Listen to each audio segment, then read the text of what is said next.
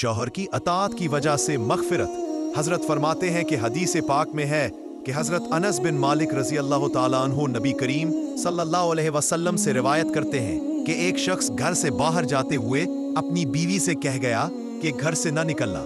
इसके वालिद घर के नीचे हिस्से में रहते थे और वो घर के ऊपर रहा करती थी।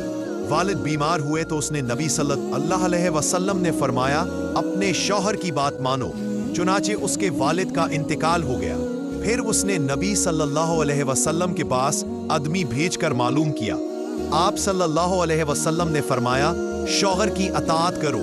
फिर नबी पाक सल्लल्लाहु अलैहि वसल्लम ने उसके पास ये पैगाम भेजा कि अल्लाह पाक ने तुम्हारे शौहर की अताअत की वजह से तुम्हारे वालिद की मग़फ़िरत कर दी। फ़ायदा इससे हमें ये मालूम होता है कि शौहर की इताअत कितनी बड़ी चीज़ है, तो हमें चाहिए कि शौहर की इताअत करनी चाहिए।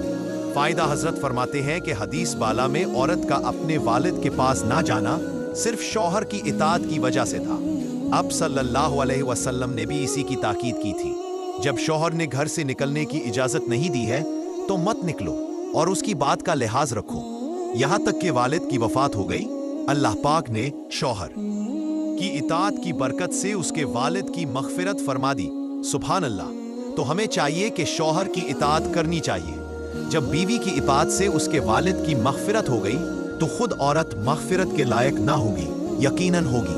हज़रत इब्ने अबी ऊफ़ा रज़ी अल्लाह अन्हु से मरवी है कि नबी सल्लल्लाहु अलैहि वसल्लम ने फरमाया, कसम है उस ज़ात की जिसके कब्ज़े में मेरी जान है, औरत अल्लाह का हक़ उस वक्त तक अदा करने वाली नहीं हो सकती जब तक कि वो अपने शौहर का हक़ अदा ना करे। अगर आपको ये ईमान बढ़ाने वाला वाक़या पसंद आया हो तो वीडियो को लाइक, शेयर और चैनल को सब्सक्राइब ज़रूर करें ताकि मज़ीद खूबसूरत इस्लामी वाक़यात आप तक पहुँचते रहें।